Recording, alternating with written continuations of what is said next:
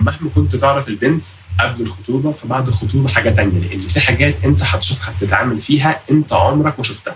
ودايما انا بقول لك وده واقع ان انت ما تصدقش كلام البنت في اي حاجه، لكن صدق افعالها. هي بتقول لك مثلا بحبك، جميل، بتحبيني، بس هل افعالك تثبت ده؟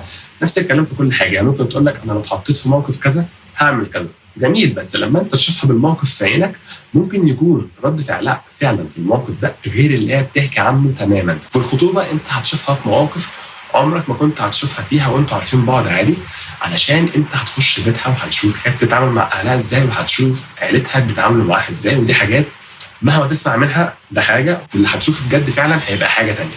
وعلشان كده في الفيديو ده هنتكلم انا واحمد عن الحاجات اللي انت محتاج تعرفها عنها في فتره الخطوبه. فتره الخطوبه دايما بتبقى اهم فتره قبل الجواز معاك ومعاها، بالذات لو ما تعرفوش بعض. لو ما تعرفوش بعض ده بيبقى اصعب، لان انت بتبقى محتاج تعرف عنها كل حاجه وتعرف تفاصيلها وتعرف هي عايشه ازاي، بتعمل ايه، بتروح فين، بتيجي منين. فاحنا في الحلقه ديت هنعرفك كل حاجه وهنعرفك من الاخر لو انت عندك شك في خطيبتك ديت تعرفه ازاي. شويه اسئله انت محتاج تسالها، الاسئله دي هتعرفك كتير عنها.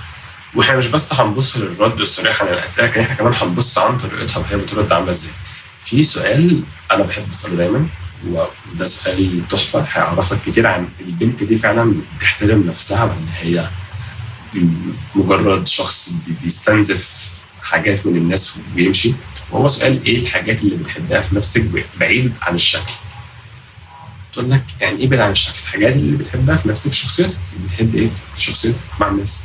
فممكن تقعد تقول لك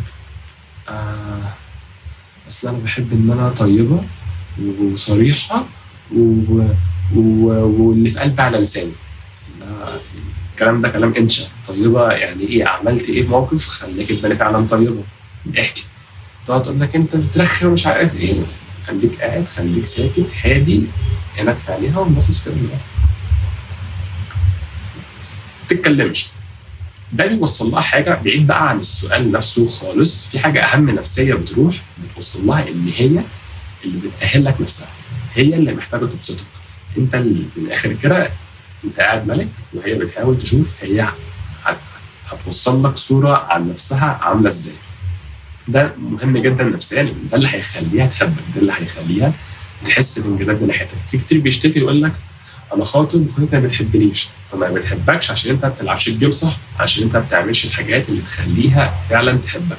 فده حاجه من الحاجات اللي هيحطها تحت ضغط، هيحطها تحت تنشن. ودايما في مثل بيقول لك tension creates attraction، يعني التوتر اللي بينكم، التنشن اللي ما بينكم هي اللي بتعمل الانجذاب اللي هيحصل. في برضه سؤال مهم جدا علشان تعرف ماضيها، وده مش الهدف منه معرفه ماضيها، لان انت لو عايز تعرف الماضي بتاعها وده حاجه مهمه جدا، واي حد بيقول لك الماضي ما بيفرقش، لا هو بيفرق، بس عشان تعرفوا في تفاصيل كتير قوي انا اعملها في فيديو اسمه ازاي تعرف ماضيها من غير ما تسال، فده انت تخش تشوفه برضه. بس انت وانتوا قاعدين مع بعض تسالها عادي، ارتبطت قبل كده؟ في الاغلب هتقول لك لا، ولا مش عارف ايه، هتقول لك مره وانا صغير مش عارف ايه.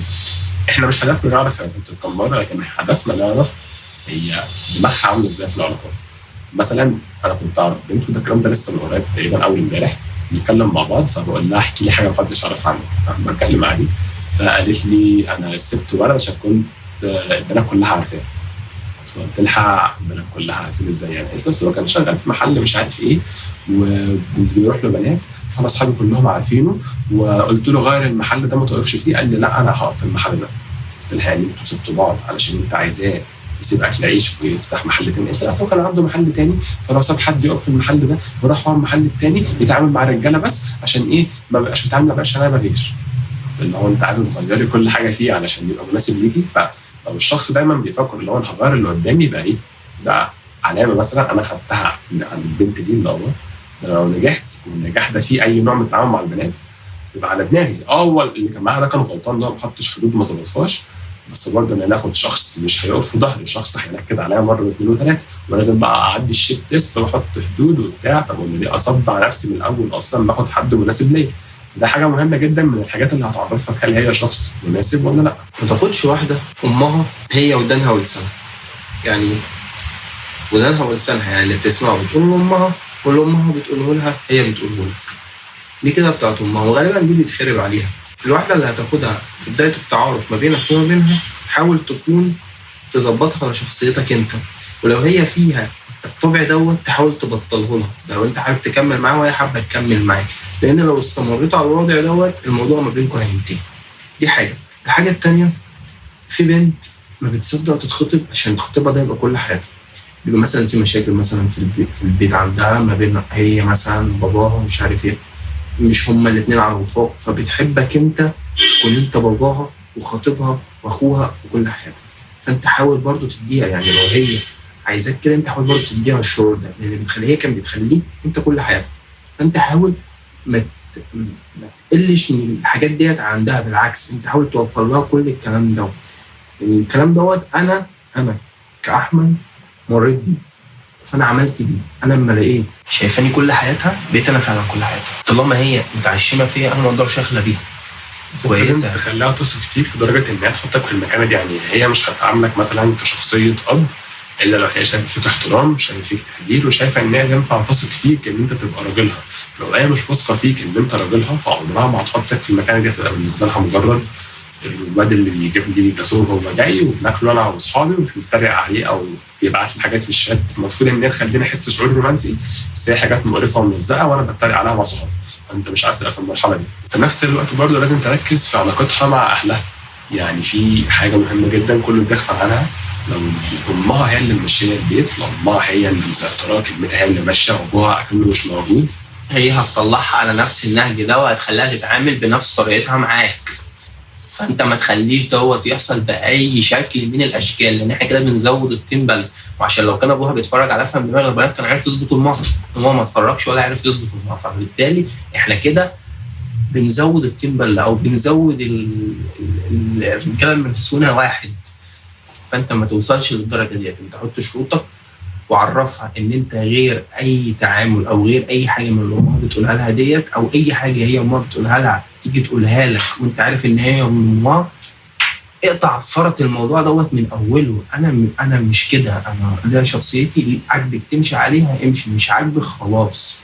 وفي الاغلب يعني هي متربيه مثلا لو ابوها موجود بس شخصيته ضعيفه وبيتهزق وبيتهان وامها بتعمل صوتها عليه، هي من كتر ما هي شافت ده، يعني هي عندها 20 سنه 18 سنه في الرينج ده مثلا، هي بقى لها 20 سنه شايفه ابوها بيتهزق، شخصيه الاب، شخصيه الراجل، شخصيه الحاكم في فهي البيت، تطلع كده ده بالنسبه لها عادي، فهي مش هتبقى حاسه ان هي بتقل منك. المشكله ان لو هي قلت منك وانت سبتها عشان قلت هي واخده على كده، هي مش هتحترمك. ولو في نفس الوقت حطيت حدود فهي هتحطها مره، وهو هيبقى الجزء الثاني من هو وهيحط الحدود مره، وبعدين هيلاقي ان البنت بتقول له ماشي انا اسفه، بعدها بيومين بتعمل نفس الكلام عشان هي مش متبرمجه ان ده غلط، فانت مش هتربيها.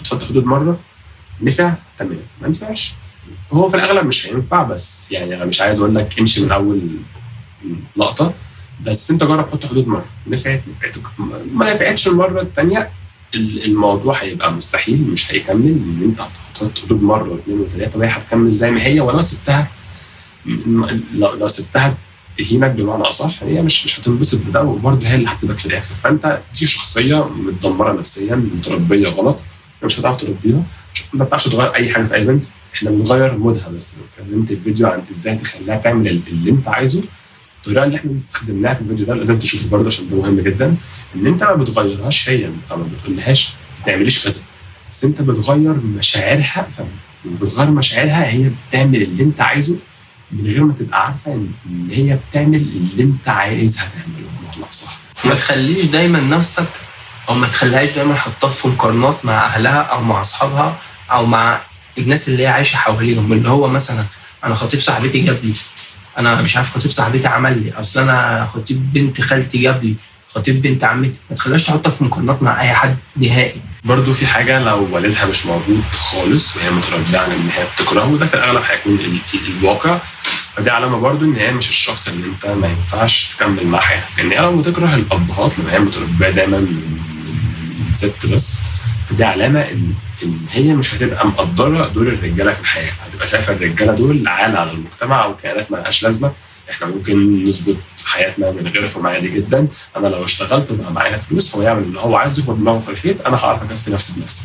فهي دي دماغها، مش حوار بقى انت خايف من المرأة القوية والشغل اللي فيه ناس بقى وكده، هي مش هتحترمك، هي مش مقدره الدور اللي انت بتعمله، فانت مش محتاج تبقى مع حد كده، خليك مع حد مقدر اللي انت بتعمله. سؤال برضو انت ممكن تساله لها، لو هو شايفه نفسك فين كمان 5 سنين، وسؤال انترفيو قوي، بس لو هي شايفه نفسها كمان 5 سنين بتشتغل ومش مخلفه خالص، لو انت هتتجوز عشان تبني عيله، ولا هي العيله مش في دماغها اصلا، فدي علامه ان هي مش الشخص اللي هو بيفكر في عيله، دي علامه ان هي شخص بيفكر في الانبساط اللحظي. طبعا هنتكلم في الحته دي بقى، نتكلم على السؤال المهم، وهو ازاي تعرف ان هي شباب. السؤال دوت ليه عدة طرق وليه عدة تفاصيل، حاجات مهمة عشان تتأكد منها. أول حاجة، كده مع المعاشرة كله بيبان، بس في حاجتين اللي اكتشفتها دلوقتي. في ناس بتعمل نفسها عبيطة، ودولت احنا مش بنعتبرهم رجالة طبعا نهائي، دول كده خلاص يعني، دول ما تحسبوش رجالة، فدول احنا مش هنتكلم عليهم، هو خلاص كده عامل نفسه عبيط وقابل الوضع. بس برضه في حاجة، هو كمان برضه على نفسه الوضع، هو كمان مقضيها، فهما الاتنين ايه لاقيين على بعض. الموضوع ده انا يعني حصل قدامي يعني كتير. وفي تاني اللي هو الواحد شغال وشقيان وطبعا عين اهله عشان خاطر الاستاذه اللي مقضيها. فبتعرف ازاي؟ اولا مفيش بنت تقدر تدي اهتمام لكذا واحد مع بعض عكس الراجل، لا هيبين لك وهيبان معاك. يعني هتلاقي مثلا مكالمات قلت، خروجات قلت، هتلاقي في حاجات غريبة في الكلام، مش نفس الوقت اللي بتتكلموا فيه هو مش بتطولوا مع بعض في الكلام، مش نفس الخروج. دي حاجة تحس انها بقت شخص تاني، بقت تحب حاجات جديدة فجأة، مثلا مهتمة بمظهرها فجأة، مثلا في خروجات بتخرجها كتير، تقول لك اصل انا خارجة مع صاحباتي وخروجاتها دي كتير. لو لقيتها دايما خروجاتها كتير صاحباتها القدام، يعني مثلا مفيش بنت ما بتتخطبش او بتتخطب قصدي، وفي صحاب كده ليها هي عارفه ان دول شمال من الاخر، فبتقطع معاهم وش، انت حتى ما بتقولهاش اعملي كده، هي عارفه البنت دي ما ينفعش اكلمها، البنت دي انا خطبت لازم اقطع علاقتي دي تاثير وحش عليا. لو انت لقيتها فجاه بترجع الناس دي في حياتها، فدي علامه برضه ان في حاجه بتحصل من وراك. ما تجيش مثلا يبقى انتوا قاعدين مثلا معاها ابن عمها ومش عارف ايه، وتلاقيها مثلا تهزر معاه مش عارف ايه وبتاع، مفيش الكلام ده. حط حدود يا باشا للكلام دوت. يعني ايه ابن عمك ده يجوزك؟ عايز اقول لك هم ما بيخافوش اصلا يعني الواحده اللي تعمل كده هي مخطوبه، هي ما بتخافش. بكل نجاح انت اصلا لو قفشتها ممكن تغلطك. انت في فيديو لو شفته، كان فيديو واحد قفش خطيبته بتخونه في الشارع، قالت له انت غلطان، هو انت سبت موبايلي ليه؟ انا ما بحبش امسك موبايل. طب انت بتكلمي راجل؟ لا انا ما بحبش امسك موبايل، انا زعلان منك. عارف في الاخر اللي حصل؟ جاب لها برضه صلاح. انت بتخونيني؟ لا انت مسكت موبايل. صباح الفل. فانت ما تبقاش شخص يضحك عليك بالسوري، بيخليك واعي بالحقيقه. كلام حاجه والافعال حاجه. دايما بيقولوا ما تحطش نفسك في الموقف ده، ان المخطوبه او المتجوزه اسهل واحده تشرب.